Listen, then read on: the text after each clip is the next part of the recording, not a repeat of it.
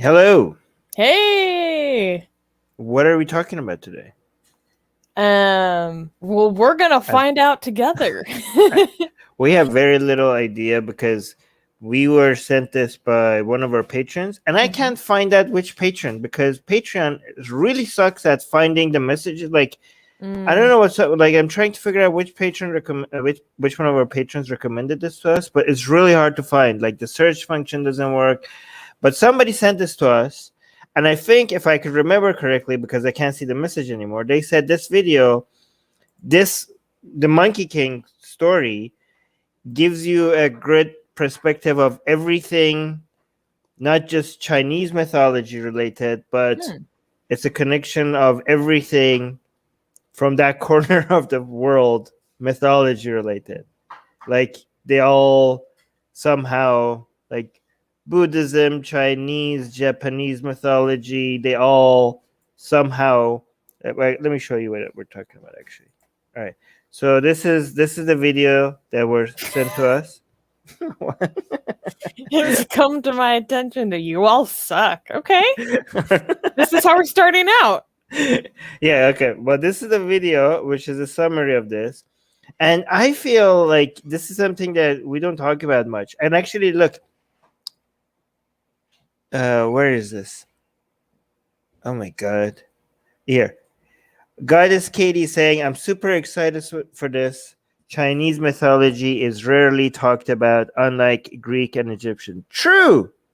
So, Mars is here. Mars is saying, the Monkey King, I grew up on these stories back when I was a kid. Interesting. Oh, cool. This is like, I think the monkey, like, for people that are not like, don't have any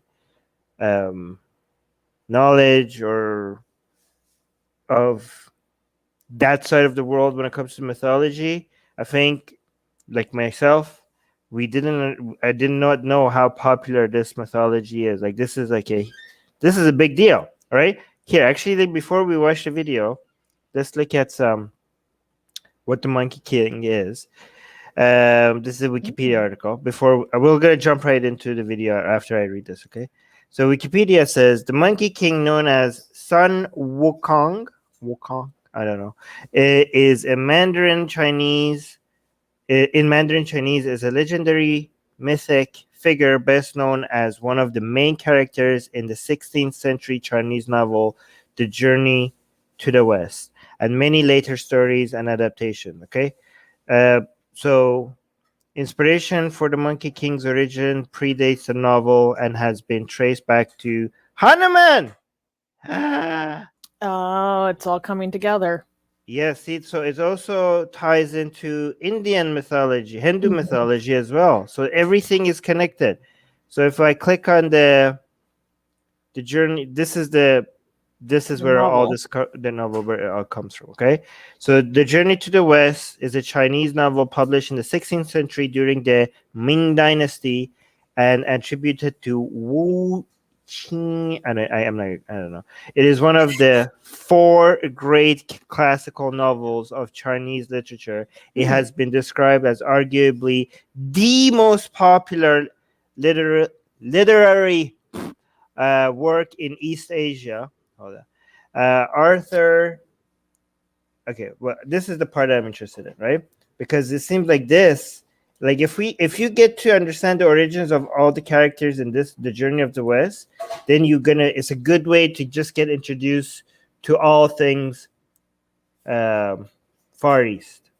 You know, because The Journey to the West has strong roots in look at this list. Chinese folk religion, Chinese mythology, Confucianists, Taoist, and Buddhist philosophy. So you get all of this in one story. And the pantheon of Taoist immortals. Like, look, the fact that we recently found out that the Taoism has a pantheon makes me so angry that I don't know these things. Like, what? What? Like, what is this world that I have not been introduced to? Okay, Who's been keeping this from me? Who's been keeping all this information from me, right? Like it makes me like I'm not joking. It makes me legit angry. Like this is like a huge world to some people, and I've gone through all my life, and I have like not been introduced to it. Like what is up with that? Well, better late than never. No. Oh. Okay. Okay. Oh. Pantheon of Taoist immortals and Buddhist. What? I don't know. Bodhisattva. Bodhisattvas are still reflective. Are still reflective of some Chinese religious attitudes today. Enduringly popular, the novel is at once a comic adventure story, a humorous satire of Chinese bureaucracy, a source of spiritual insight, and an extended allegory. Okay, so this is something that we need to know about. Okay, and what better way to learn about these than art, comic like this, right? So let's watch this together. Anyways, anything in the live chat that we need to highlight? No, let's Any get of our story. no members tagging us? We're contractually obligated. Okay, there's three. Stop saying. They are three conditions that if they're met, we have to highlight the comment. Okay, if somebody's a member, and if they tag Atheist Republic, and it's relevant to what we're talking about. No, it's 4 conditions, and they're not constantly using this as a way to they're not saying sending us an essay, then we have to highlight it. For example, see, Silva is a YouTube member. He tagged the Atheist Republic, and it's relevant to what we're talking about, so we have to read it. Monkey King smacks and mocks everybody and gods, but Hanuman is a silent boy. Okay. Goddess Katie saying Sun Wukong actually defeated nearly all of heaven by himself. Okay, you're doing spoilers, Goddess Kaylee. I'm gonna do a breach of contract right now. By the way, don't sue us. This is a joke, okay? This is all a joke. Don't sue us if you're a member and we don't read your comment. Mer saying one of the favorite stories of the Monkey King was the one where he received his magic. Okay, well, we'll get to the story. Okay, here. Tell me if you have audio. Oh, here. One more. Rishti is saying, I just came, just an input. Legend say that Monkey King can be traced back to Hanuman. Yeah, we just said that. Reached to China with the Buddhists. Yes. So, yeah, we just said that. Anyways, let's get to it. So this is the cover of The Journey to the West. The Journey to the West is one of China's 4 great classical novels. It's an ancient allegory for enlightenment, and it's approximately 2,000 pages long. As such, it's not exactly a text I could easily summarize in a single video of rational length. Anyway, The Journey to the West is packed full of symbolism, dense literary context, and some majorly influential characters. And it's widely agreed upon that the most memorable of these characters is Sun Wukong, the mischievous Monkey King. Sun Wukong's most famous mark on the modern world is probably Dragon Ball's Son Goku, a character specifically designed to emulate the Dragon Ball. So this is influenced Dragon Ball. Abilities, appearance, and overall impulsive goofiness of the original Monkey King. But Sun Wukong's influence is far from being restricted to anime. Stories based on the character's exploits have appeared in almost every form of media, which is why it might come as a surprise to learn that he isn't the main character in The Journey to the West. That honor belongs to the monk Xuanzang, a character so vital to the plot that we don't even know he exists for the first 7 chapters, which are instead devoted exclusively to Wait, pause. I love that. This main character, this protagonist, is so important. He's not mentioned for 7 chapters. Yeah, but he is. The Monkey King is mentioned. By the way, this gives me an idea. Look at the way, right now we're working on our animation videos, right? But we could also do a lot of more videos that is not animation, there was still images like this.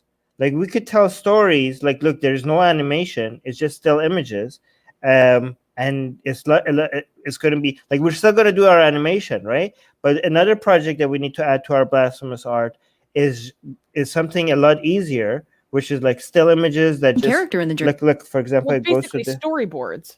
Storyboards, is that what they're called? Yeah. Form of media, which is why it might come as this is a still image. Surprise to learn that he isn't the main. And this is a still image, no animation, right? And it's no coloring, right? Very basic drawing. We could do a lot of videos like this, and look, there's a lot of popular demand for this, and it's going to be a lot cheaper for us to make. So we should look into this. Anyways, Also, Character in Journey to the West.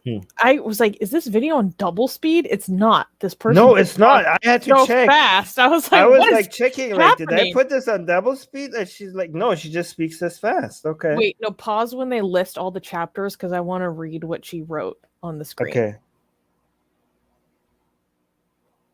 Oh, okay. Okay, go.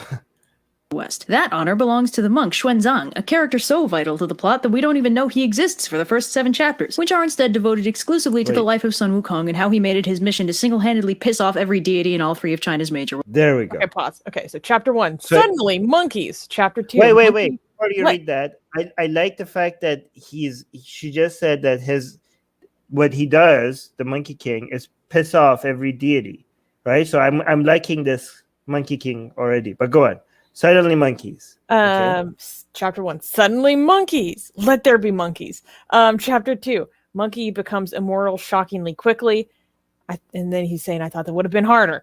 Chapter 3, monkey gets a stick and beats up the underworld. Then you see him like beating the crap out of a little demon like Ashura. Chapter 4, Sun Wukong is heaven's problem. And there's a guy doing behave, and he's like, nope. Chapter 5, Sun Wukong is everyone's problem. Behave. Never. Is Sun Wukong Armin? Never. Chapter 6, Sun Wukong gets his ass kicked. I said behave. I'll consider. This is great. This is pretty on brand. This is why I call you a trouble monkey.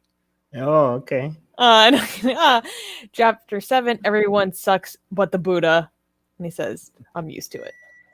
Oh, the Buddha gets involved. This is so interesting. This Chinese folk stories and Buddhism and Hinduism. How is this all connected? I want to know how all of this is connected. We're going to dedicate years to understanding all of this, okay? Here on this channel with everyone else.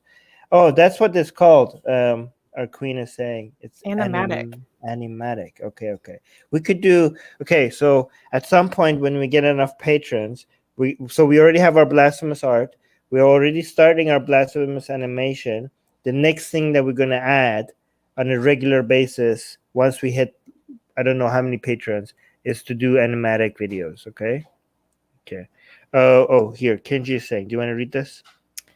This channel of really sarcastic productions has a ton of really well done videos on literature, history, mythology, etc. So definitely keep them on your radar. Yes, I already have. I already subscribed. And wait, have I? I have subscribed with Armin, my Armin Navabi channel, but I'll subscribe here. And I'm going to also like this so that you guys can see that you can like this video as well. And I'm going to hit the bell button and click all. All right. What about, no, thank you, Soha. And here, this one. East Asian mythologies are really interconnected with connections to Hindu mythology as well. Yep. Interesting. This one. Oh. All right, that's good. Thank you, Ghost Bunny. Oh, Ghost Bunny went back to being Ghost Bunny from Love Bunny. But let's continue. Religions. Now, I am nothing if not faithful to my source material. So in keeping with the structure of the text, this first video will be covering the history of Sun Wukong, and then in later videos, we'll see about actually getting to the rest of the not inconsiderable length of this text. So our story begins on Flower Fruit Mountain, an island paradise full of dragons, magic birds, immortal peach trees, and one really big rock. Allow me to direct your attention to this rock, as it is about to perform a magic trick. Ta-da! The rock splits in half, revealing another rock. But this rock is special. It's actually a rock egg, no, not that one, and it appears to have inherited the magic. What was that one? This is so fast. This is going. The rock. I think it's a card from. No, a rock. But this rock is special. It's actually a rock egg. No, not that one. This is from like Magic the Gathering, I think. Okay. And it appears to have inherited the magic prowess of its daddy rock, as it scarcely existed for more than a minute before it abruptly transforms into a stone monkey. Now this. Wait, that reminds me of Mithra. Mithra came from a rock. Didn't Mithra came from a rock as well? Yeah, but we don't really know much about his origin story. There's not much that we know about him. We just like know that his birth was associated with the stone. We think. At least with this, it's a text, right? Mm-hmm. I've seen statues of Mithra showing that he's being birthed from a rock or something. But anyways, let's continue. This monkey may have spontaneously generated barely 3 seconds prior, but he already knows his manners, so he bows to the 4 cardinal directions, and in the process inadvertently activates his laser eyes, which Totally normal. Totally normal. So he just like bows to the 4 what? Direction. What directions? There's so much here. There's so much mythology in every second of this. So he bows to the 4 cardinal directions. 4 cardinal directions. I want to know these things. What does that mean? And in the process inadvertently activates his laser eyes, which cause quite a disturbance when they shoot all the way into the palace of the Jade Emperor, the head honcho. The Palace of the Jade Emperor? Is that a myth? Wow. Palace of the Jade Emperor, the head honcho of heaven himself. So the stone monkey hangs out with a friendly population of not stone monkeys who one day decide to follow their favorite river up to its source, whereupon they find that it comes, unsurprisingly, from a big fancy waterfall. So all the monkeys are like, oh man, if only one of us were impulsive enough to jump into the waterfall and see what happens, we'd make him the Monkey King. And the stone monkey is like, did somebody say impulsive? And dives in. That's you? You? All right, stop it. Stop comparing me to the Monkey Kid. Let's just focus on the Monkey Kid.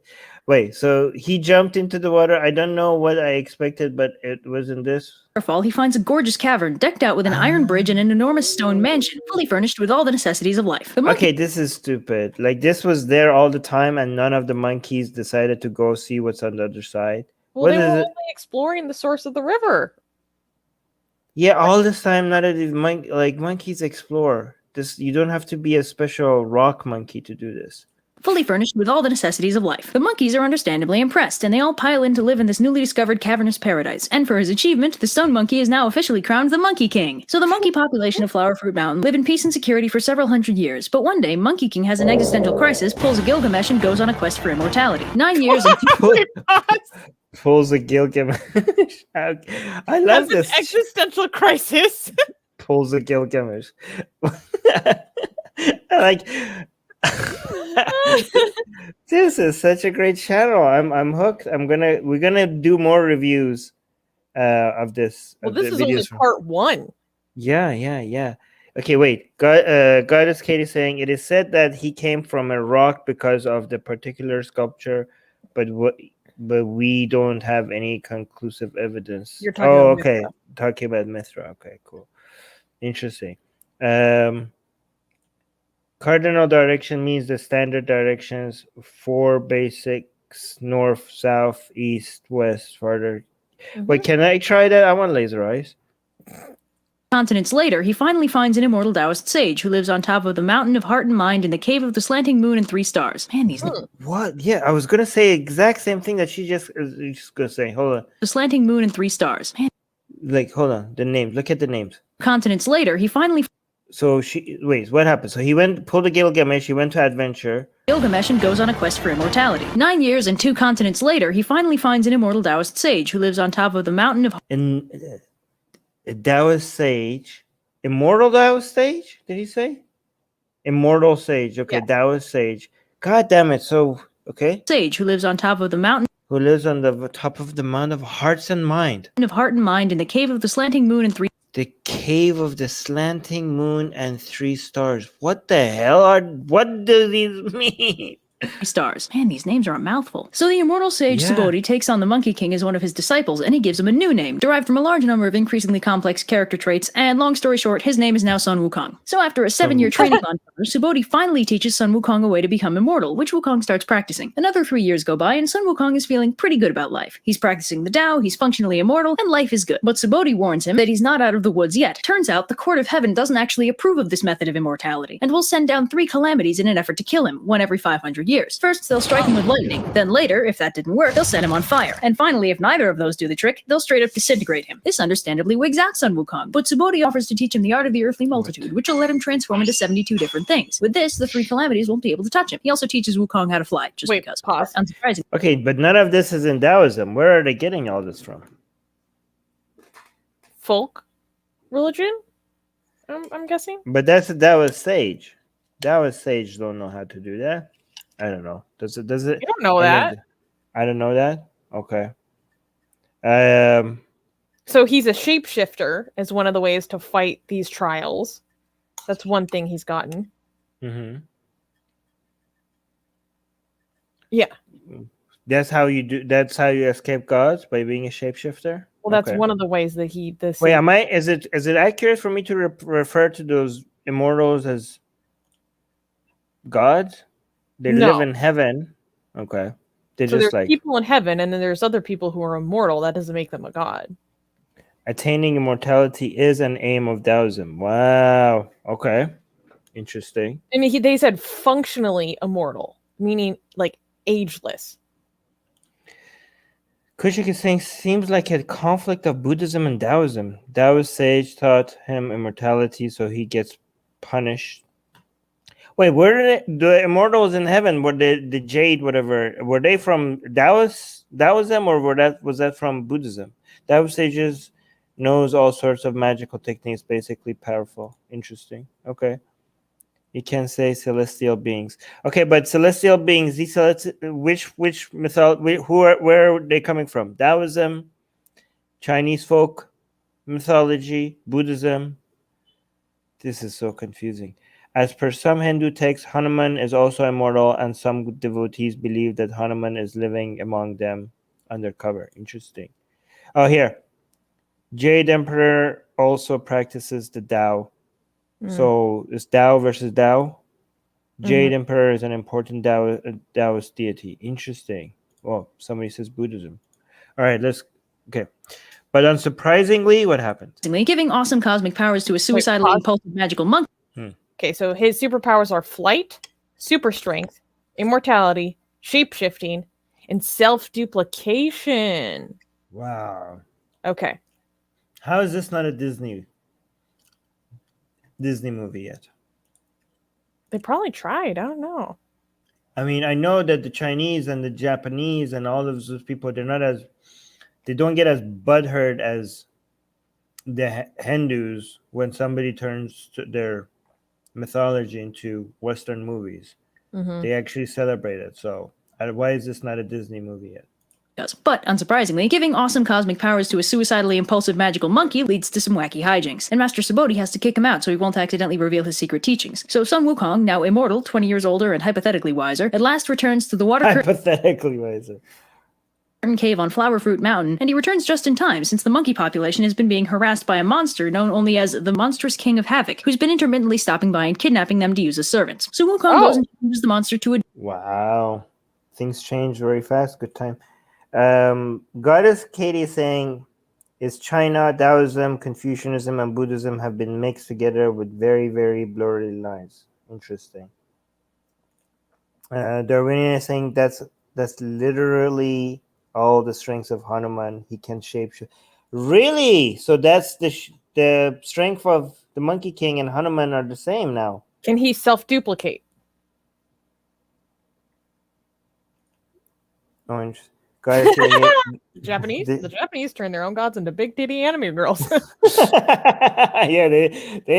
the Japanese have been doing blasphemous art with their own mythology way before we don't even need to try. Darwinian atheist saying Hindus don't get butthurt. I've seen cartoons on our mythology when I was a kid. Oh, I've seen them as well, and there was butthurt. Maybe you should go look at the.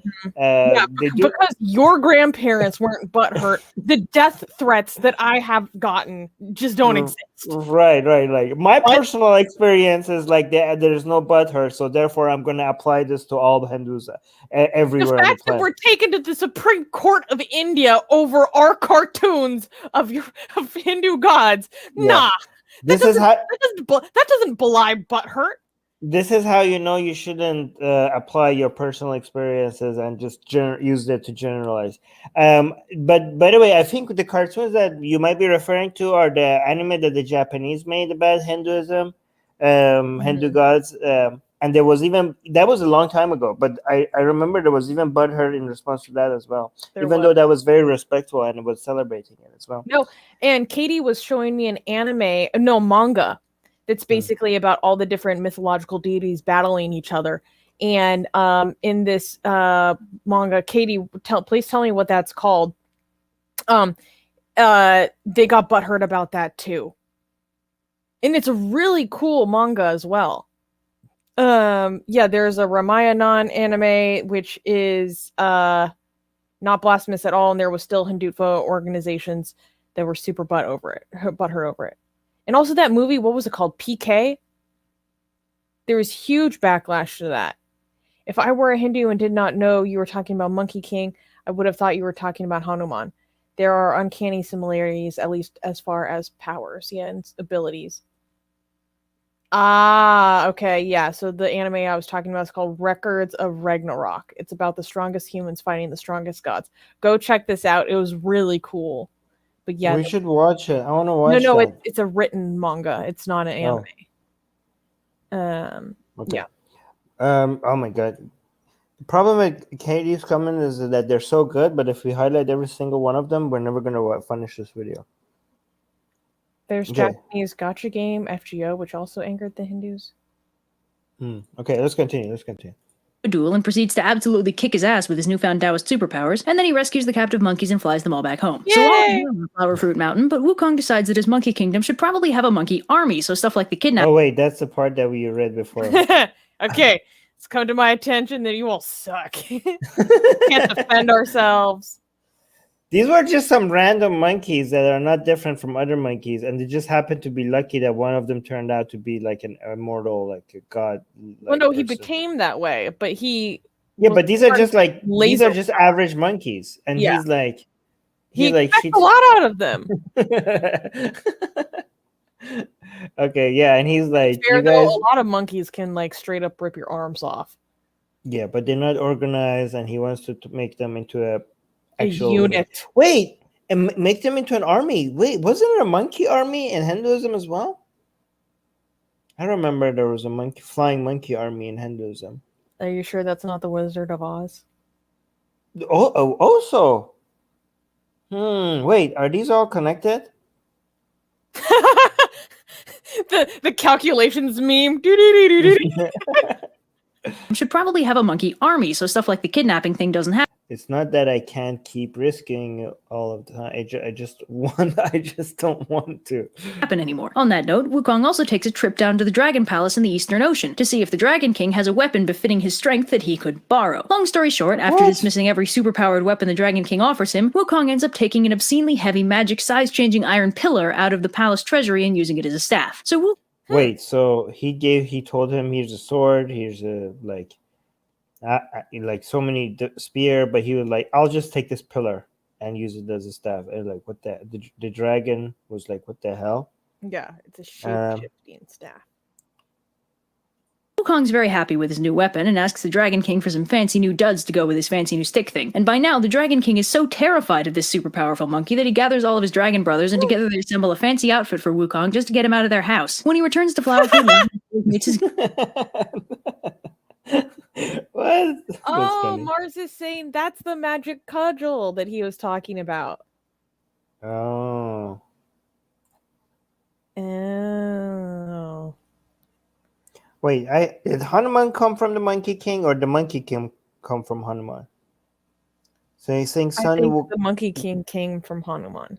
Hanuman is considered to be one of the 7 immortals in Hinduism. Interesting. Yeah, but talk about rude. He like shows up at this king's house. He's like, okay, I need you to like give me your best. And he goes through all of his weapons and he's like, this ain't shit. We're going with a pillar of your own castle. I'm going to turn this into my staff. And then, okay, so he's like, he picks this out and he's like, okay, now I need you to make me an outfit. Like, talk about demanding. No. He didn't ask for an outfit. The dragons were so worried. No, he does. And then that's when he calls his brothers and he's like, no, look, he's saying, what have I? No, he's like using the staff that is like 17,000 pounds pillar of a castle. He's just like playing with it like it's nothing. And this dragon is like, oh my god, this Monkey King is way too powerful. And so he's like, what have I gotten myself into, right? And terrified of this superpower. He didn't ask for an outfit. He just like trying to get him out of his house. Powerful monkey that he gathers all his dragons. He like, guys, help me go out. back like 10 seconds. I think he does actually ask for it. I feel like this is what yes, he's asking for it. Oh, okay. He is Does to go with his fancy new stick thing. And by now, the Dragon King is so terrified of this super powerful monkey that he gathers all of his dragon brothers and together they assemble a fancy outfit for Wukong. You shouldn't have. to get him out of their house. When he returns to Flower Fruit Mountain to show his Hey guy, check me out. mates his gear, he gets so hyped up that he briefly turns into a huge demonic caricature of himself, which terrifies the local demon population so much that demon kings show up at his front door to form an alliance with him. So life is going. Wait, go back. I want to see the ones that they listed. Oh my god. So we have a Who are bull these? demon king, a dragon demon king, Garuda demon king. I have no idea what that is. Looks like a bird type thing. Lion demon king, ape demon king, and the female monkey demon king. Ooh. Cute. Well, shouldn't it be queen? Yeah, you're right. What the hell? Are these based on real characters? And I'm getting so upset. Like, I don't know anything about any of this, and I know that it's going to be hard for me to learn all this because my memory sucks. But I want to know all of this. It's going to take years for me to understand all of this. Oh, we got a super chat. Engaged in America. Thank you for the $2. Saying the staff measured the floodwaters. Oh, that makes sense. What the hell? Oh, here. That's why it's a giant pillar. Garuda is the king of birds in Hinduism. Hey, crossover. Oh my god. Everything is connected. It's making my head hurt. Armin is stressed out, you guys. I'm stressed out about the things that I don't know. I often get stressed out by the things that I don't know. All right. Door to form an alliance with him. So life is going pretty well for the Monkey King, until one day, while taking a nap, he's abruptly kidnapped by 2 emissaries of Yama, the King of Hell, who carry him off to the The King of Hell? That's pretty badass. What? While taking a nap, he's abruptly kidnapped by 2 emissaries of Yama, the King of Hell, who carry him off. Look, look, what is this? What are they holding? Oh, it's like a warrant for his arrest. That's so cool. Okay. So wait, the King of Hell, how did they just manage to grab him like that? Isn't he all powerful? Who carry him off to the underworld. What? He was sleeping. He was caught unawares. Oh. Understandably pissed, seeing as this is technically death and violates the whole immortality deal, and he starts bashing his way. Oh, he went to the they took him to the underworld. They're like, wait, if I'm in the underworld, that means I'm dead. And if I'm dead, how does that work? I was immortal. And he's saying, why the instead of saying why the hell, saying why the here do you think I became immortal? Why God damn it, there's so much good, like the jokes here are pretty good.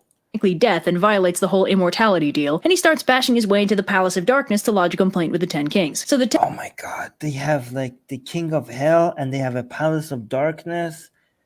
Well, there's 10 kings in hell. There's 10 kings in hell?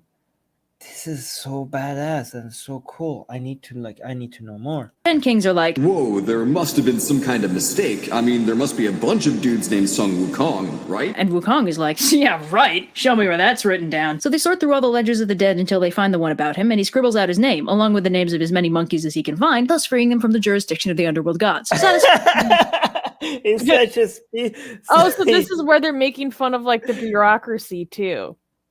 Right. So he's such a speciesist, by the way. So he went and found his name in the underworld, and he scraps out his name so that he's like there's no warrant for his arrest anymore, so he could never gets to die and never is brought back here again.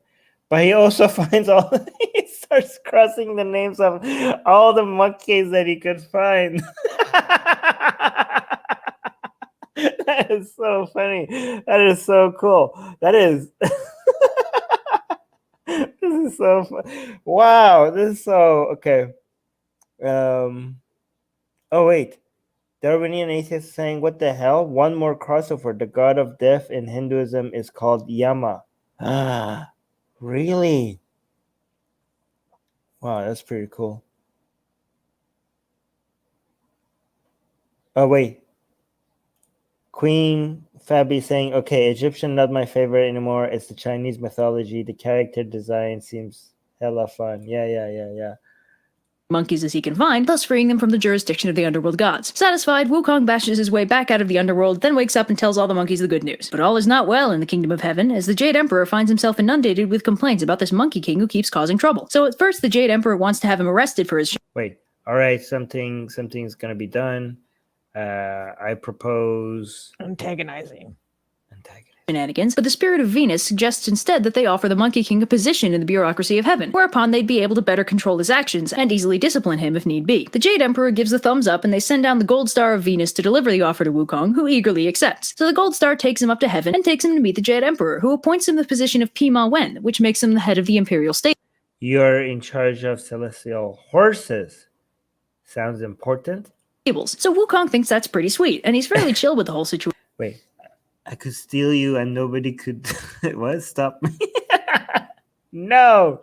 Until he thinks to ask what exactly. Okay, this is such a dumb idea. Like, how do we control this all-powerful being, bring him to a place where he's going to have access to a lot of other more powerful things, which is probably going to make him even more powerful than before? Well, that's kind of the idea of like keep your friends close and your enemies closer, right? Yeah. So they want to keep him close enough to control him, or at least be even more aware of what he's up to and his exploits.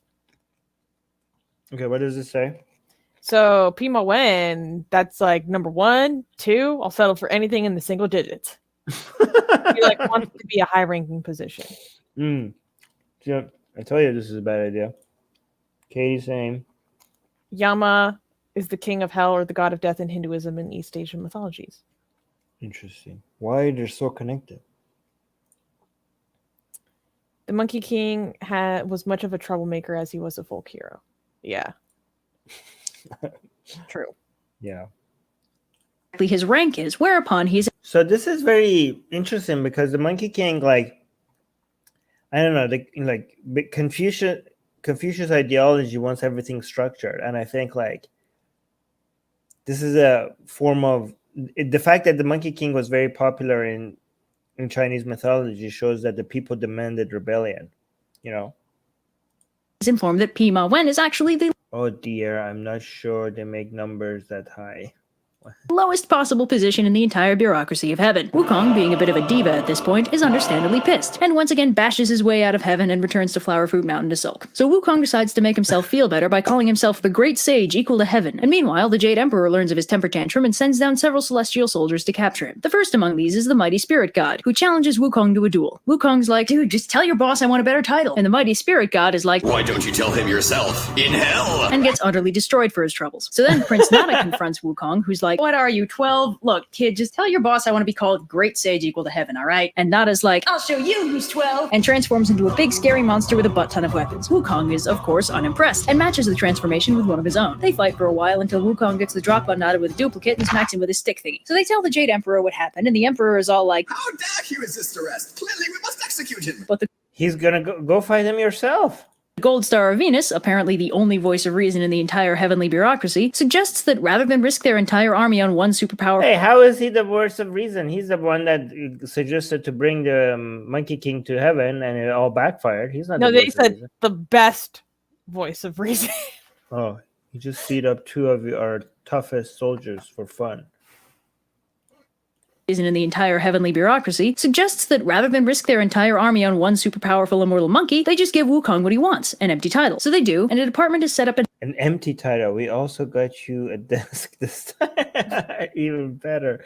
Wait, what was the first thing? and a department is set up in heaven for him to lounge around in and not cause trouble. Unsurprisingly, Wukong is completely down for spending his days languishing in heaven, being weighted on hand and foot by celestial spirits determined not to give him a reason to go on a rampage. But one of the resident Taoist immortals suggests that Wukong might end up getting bored, which carries with it the terrifying possibility of the great son Wukong rampaging through heaven looking for entertainment. So the Jade Emperor assigns a relatively harmless but time-consuming duty to Wukong, tending the Garden of Peaches of Immortality. Wukong's super down for that, but quickly finds that having to maintain a garden full of delicious immortality-granting peaches without eating any of them is impossible for his poor impulsive brain to handle. Oh no.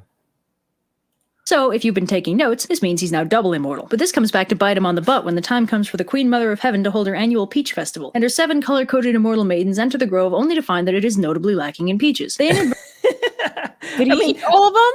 I ate all of them, but here's the question. How did they not see that coming? Like, like how like you're gonna put this person that is like causes trouble everywhere it goes in charge of guarding immortal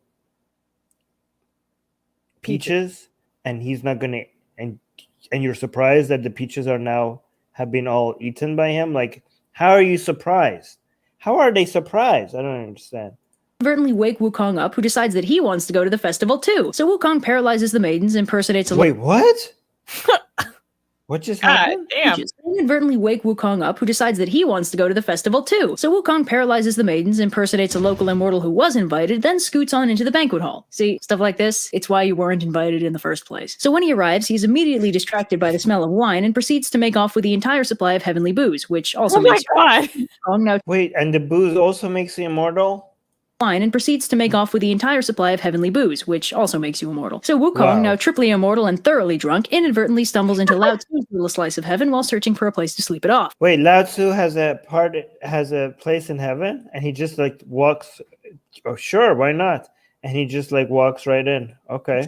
And thoroughly drunk, inadvertently stumbles into Lao Tzu's little slice of heaven while searching for a place to sleep it off. And if you want to know who this Lao Tzu person is, I'm working on it, goddammit. Ninjas, oh god! so drunk Wukong stumbles into Lao Tzu's palace to say hello, but he can't find the sage anywhere. But he does find Lao Tzu's alchemical lab, in which he finds several gourds full of pills of immortality. 3 guesses as to what Wukong... Oh my god. He's Wait, gonna drink. Lao Tzu is the guy who wrote the Tao Te Ching, right? Yeah. Yeah. And he's like in heaven, and Yeah. he has his own part, and now the Monkey King is there. I'm gonna steal his immortal. And he's gonna drink all of his. He's gonna drink all of his. Like, look, yeah, this is on the wall. and Lao Tzu's alchemical lab, in which he finds several gourds full of pills of immortality. 3 guesses as to what Wukong does next. Oh my god! calmly consider the consequences of his actions, weighing the pros and cons. No. Err on the side of caution and leave without disturbing anything. Come on.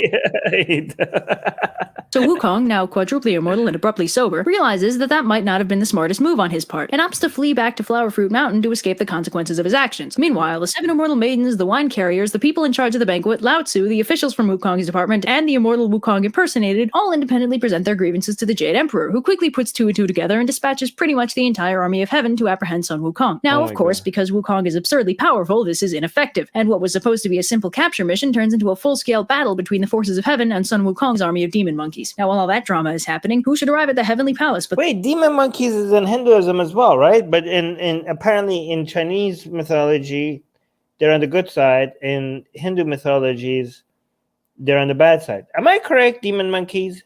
Demon monkeys is in Hinduism. Somebody. Okay. This February 20th is the birthday of the Jade Emperor, is the 8th day of the lunar year, an integral part of Chinese New Year celebrations. Okay, so that's a few days away. The hosts of heaven is 100,000 soldiers. And nobody is telling me about the monkey army in Hinduism. Where is Katie when you need her? She's probably typing up something. the Bodhisattva Kuan Yin and her disciple Moksha, who came for the Peach Festival and are understandably surprised to find the Heavenly Palace in complete disarray. So Kuan Yin asks what all the fuss is about, and upon being briefed, she said, Wait, who's this? A Bodhisattva. She looks cute. What is her about? What is her story? This is where some of the Buddhism comes in. Bodhisattvas Oh, are no. Buddhist. His army of demon monkeys. Now, while all that drama is happening, who should arrive at the Heavenly Palace but the Bodhisattva Kuan Yin and her disciple Moksha, who came for the Peach Festival and are understandably surprised to find the Heavenly Palace in complete disarray. So Kuan Yin asks what all the fuss is about, and upon being briefed, she sends Moksha down to get a sense of what's going on. So Moksha arrives at Flower Fruit Mountain just in time for Wukong, who's been thoroughly kicking the collective asses of the Army of Heaven, to demand a fight with somebody. So Moksha and Wukong battle for a while, but Moksha unfortunately can't quite keep up with the Monkey King, and asks Who's Mokshan? Is it, like, why everybody knows the Mokshan and I don't know who the Mokshan is? He's associated with the Bodhisattva. He's like her page or something. Familiar. Oh, okay. So He Goddess thinks Katie. The army was Ram's army that he led to war against Ravan, the demon. Oh, wow. So See, then, there's- then the monkey army would actually be on the good side. Wow. Okay. They're fighting So for Rama.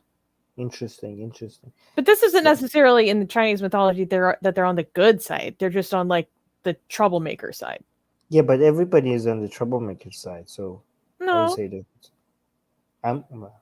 Come on, he's a character that the readers are rooting for, probably. But anyway, this is very interesting. We have monkey armies everywhere. Is the Wizard of Oz, is this Monkey King? Was that a copy of this ancient mythology? Is that where they got the idea from? Hanuman had a monkey army called the Vanarsena. Interesting. Asian Americans saying, notice how Erlang has 3 eyes and a trident. He's possibly a Shiva ripoff. Neza was inspired by Krishna. Huh. And 8 Avatar Vishnu. Kubar, son of Kubera. Many Box today call themselves part of the monkey army too, or at least aim to be like the monkey army. Oh no! Well, I mean, because they're fighting for Ram, or that's what they want to think. Interesting. Has to return to heaven in defeat, but Kuan Yin, now better briefed on the situation, suggests a god who could be sent to fight Wukong, Erlang, a powerful loose cannon of a deity who don't play by the Jade Emperor's rules. So they summon him, and he goes to confront Wukong, who's like, oh, hey, if you don't mind, could you send out the Devarajas to fight me, because I'm kind of getting bored over here. And Erlang is like, Not as bored as you're gonna be. and they fight. They both end up turning into Godzilla-scale monsters, but Wukong inadvertently terrifies his own army into a rout with how scary he looks. And in turn, the sight of his own fleeing army disheartens the Monkey King, who shrinks down and runs away. But Erlang isn't going to be evaded that easily, and he uses his magical third eye, he has one of those, to find Wukong, who's turned into an innocent-looking sparrow. Erlang responds by turning into a sparrowhawk, in response to which Wukong transforms into a cormorant, and this kind of goes on for a while. Shapeshifter duels are fun. In the end, it's our buddy Lao Tzu who manages to capture the Monkey King by entrapping him in a diamond snare. Wukong, captured at last, is brought to the monster. Why didn't you try that from the beginning? Maybe it was like above. Maybe it was just like below Lao Tzu to like get involved. Oh. I don't know. That's a guess. But he ate all his pills. Yeah. I can't believe Lao Tzu is actually part of the story. For a while. Shapeshifter duels are fun. In the end, it's our buddy Lao Tzu who manages to capture the Monkey King by entrapping him in a diamond snare. Wukong, captured last, is brought to the monster execution block, where apparently the Court of Heaven... Okay, are you sure we're going the right way? No backseat driving. Let me look up Erlang. He seems like someone that needs to be my boyfriend. Wait. Gageian American is saying, in Sino, Dharmic, cosmology, each of the 4 directions is home to a... I don't know how to read these. I'm going to let you do it. Devaraja. In the Sino-Dharmic cosmology, each of the 4 directions is home to a Devaraja. In India, Lord of the North is Kubera. China, we call him Li Jing. In Japan, he is called Bishamoten. Hey! Oh my God. Where's Bish? Is he here? Is that where he gets his name from? Yes! What? It's all coming together. Our own members are named after gods. It's all coming together, you guys. What? I'm going to forget all of this. I'm going to have to find a book on all of this stuff. God damn Okay, it. I'm looking up pictures of Erlang on Google Images, and yeah, Erlang is my boyfriend. Oh, you want to share your screen? Now we can do that later. Okay, Goddess Katie is saying Buddhist gods are derivatives of the Hindu gods, and that's how the same gods went to Japan and China. Mm-hmm. For so many years, people told me Buddhism doesn't have gods, and now we're talking about Buddhism doesn't have a god. Pantheon. Huh? They have a pantheon. Yeah, but now we're learning that not only they have they have many gods. Amazing. Bishmonten, is that how you read them? Is one of the 7 lucky gods. Bishmonten is one of the 7 lucky gods of Japanese mythology. I want to know all of this stuff. Oh, so Erlang. Yes, I know, Goddess Katie. I was talking you. God damn it! I was talking about before. God damn it, Katie! I'm gonna put you on timeout. I know, but before we were told, like, I'm talking about before I even met you. Jesus. Oh, don't be upset. I'm gonna block Goddess Katie. All right, let's continue. And forgot the meaning of the word immortal, since nothing they throw at... Oh yeah, so they tried to execute him. And he's already like triply immortal. Quadruply immortal. Where apparently the court of heaven forgot the meaning of the word immortal, since nothing they throw at him hurts him in any way. So the Jade Emperor is at a loss as to how to kill him, but Lao Tzu has a suggestion. If they stick him in his magic brazier of 8 trigrams and leave him there for 49 days, they should be able to separate out the elixir of immortality from his body, and as a happy consequence, leave the troublesome Monkey King about as dead as you can get. So 49 days pass, and they finally open the brazier to extract the elixir, only to find that it's still firmly attached to Sun Wukong, whose only issue with the experience is that the smoke gave him awesome-looking red eyes. So Wukong is 100% done with heaven, so he starts fighting his way through the entire heavenly army. The Jade Emperor, now completely out of options, finally calls on his last resort, the Buddha himself. So Buddha himself! Amazing. God help us. Wait, so it's amazing that Buddha in these kind of mythologies, usually Buddha is like above everybody. It's like above all deities, above all the gods, and every celestial being and everything. It's like Buddha is like the ultimate authority. the Buddha himself. So was this not an option to contact Buddha from the beginning? Well, I mean, it's Buddha. You don't bother him unless you really, really need to. Okay. Buddha and his 2 best disciples, Yeah. and Kashyapa, go to deal with Wukong. Wait, so he has 2 disciples. Look at them, they're just flying. So Buddha and his 2 best disciples, Ananda and Kashyapa, go to deal with Wukong, who is at present fighting 36 thunder deities, because why not? So Buddha asks Wukong what he wants, and Wukong's like, you know what? I'm kind of feeling like overthrowing the Jade Emperor today. Wouldn't that be fun? And Buddha's like, Tell you what, I'll make a bet with you, okay? If you can successfully jump out of the palm of my hand, I'll believe that you're qualified to rule heaven in his place. and it's time for another exciting round of What Will Sun Wukong Do Next? Let's So okay, so this is this is the part of the story that the author wants to impress the readers with, like, I told you about this character that it seems to be undefeated and nothing seems to even phase this guy. Now I'm going to surprise you at the very end with something even more powerful. That this is like how you shock the readers, right? Mm-hmm. You create this character that nothing. Like, it's so powerful that you're like, oh my god, the gods and everything, the demons, all of them together cannot even like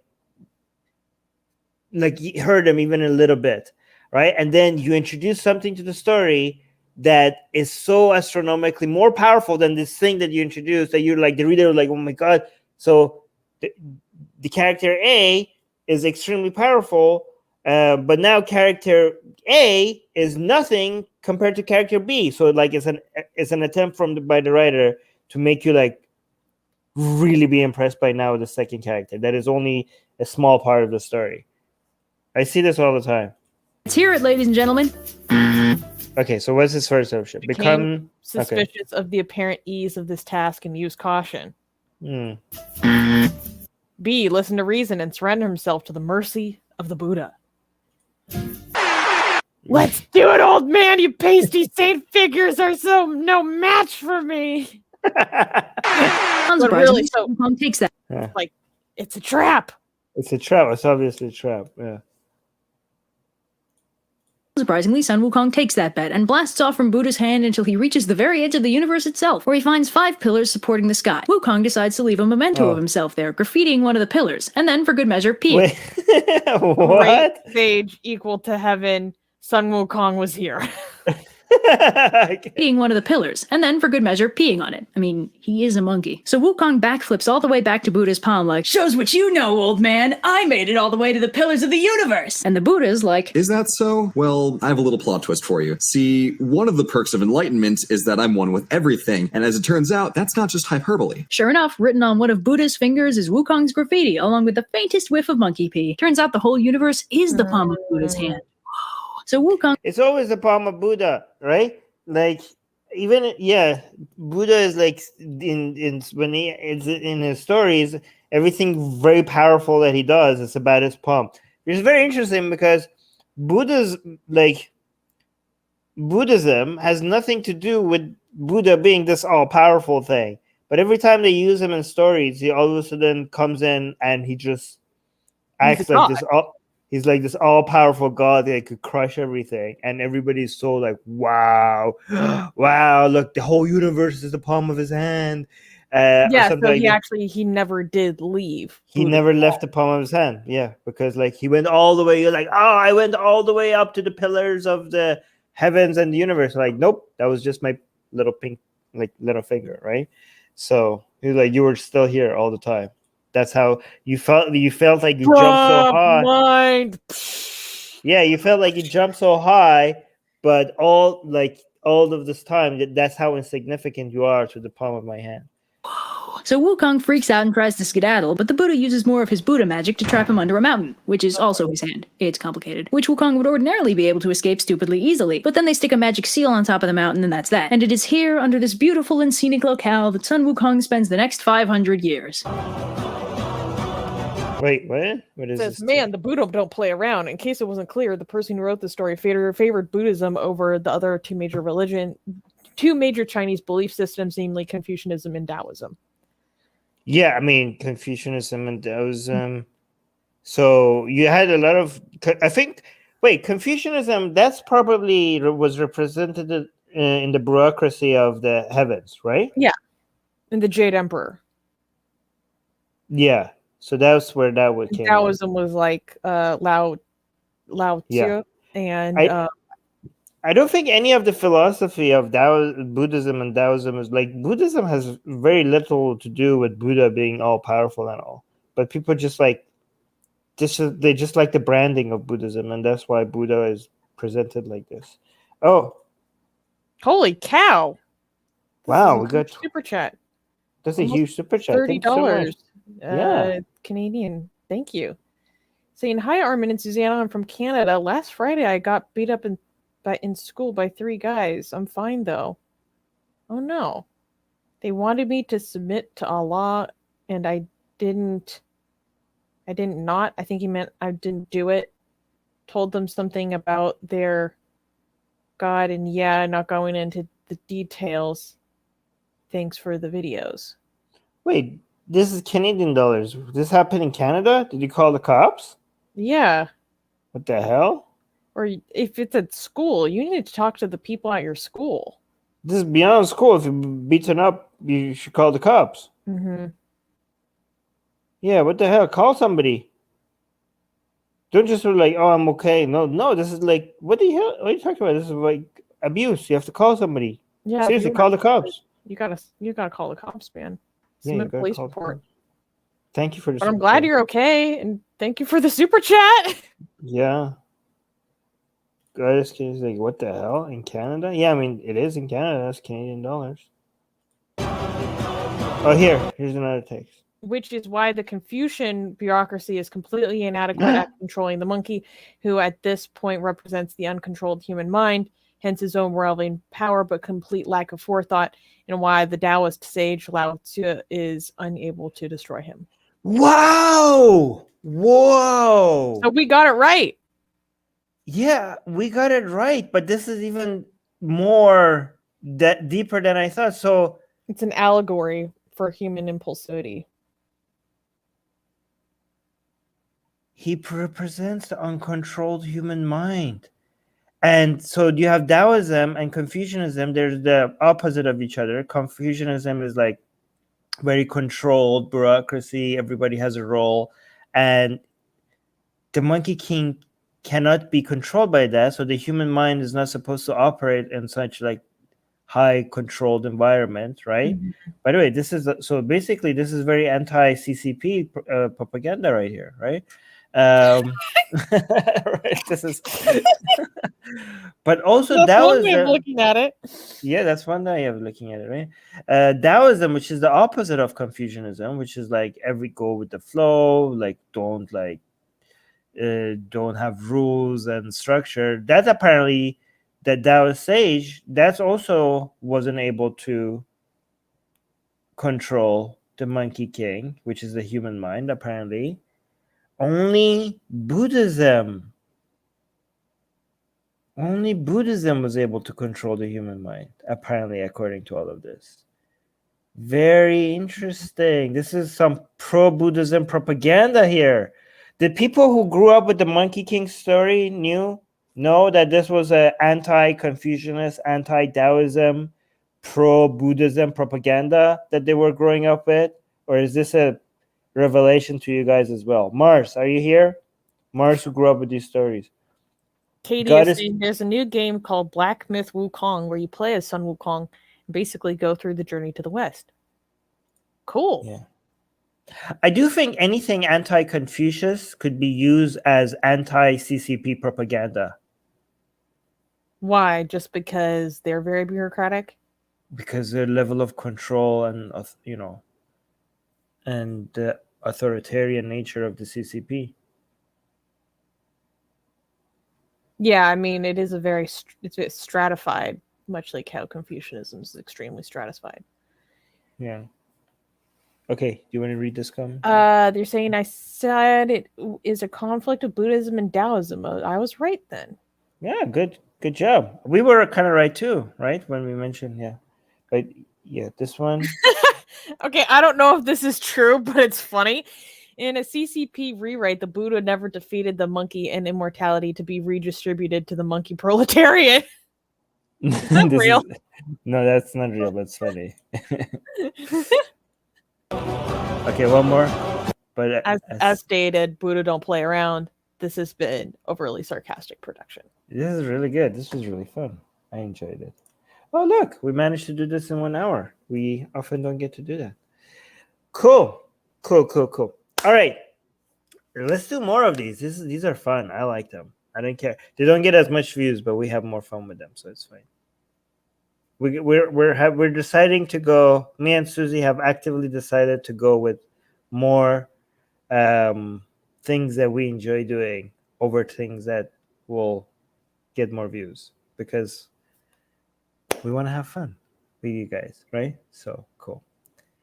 Anyways, did you want to add anything before we go? No, we still need to do a thing on Hades. Oh, yeah. So send us your video recommendations.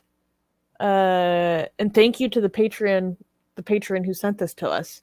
Whoever you are. It was a good recommendation. Yeah, look, are the people who are part of our family, they like this. Katie likes this, next to Shinto. Send me a video, Katie, of what you suggest to do. And Ghost Bunny saying this was fun. Let's do more of these, please. Yay! Look, people like that. Oh, do some Native American one next. Yeah, maybe. Native American. But you could do so many different things. You're right. Oh yeah, I need to do that as well. There's so many things. So many. Oh, but if we do something on the Travakas, all the Hindu atheists are gonna come be so annoying in the comments. It's okay. That's people who are like just Charvakas fanboys are some of the most annoying people. Maybe I've just had a bad experience. Yeah. Okay. Let's go. That Skyfighter video for. Oh yes, we need to do the Skyfighter. Sky Daddy, guys, Sky Daddy is not a joke. Sky Daddy is a real thing. We need to do that. Okay, cool. All right. We'll do Sky Daddy at some point. That's like on one side, yeah, the Indo-Aryan religion. Like to be able to put all of this in perspective, we need to build a foundation. Okay, we need to build a foundation. We need to figure out how the foundation of all these religions work before we could put the pieces back together. And I think understanding the Skyfighter stuff is key. Anyways, we'll do that. We'll do that at some point. I'll schedule that. All right, cool. All right, bye. Guys, subscribe to our newsletter. Get our free blasphemous art. If you subscribe to our newsletter, you get our blasphemous art for free. Link in the description. Subscribe. Do it. Do it now.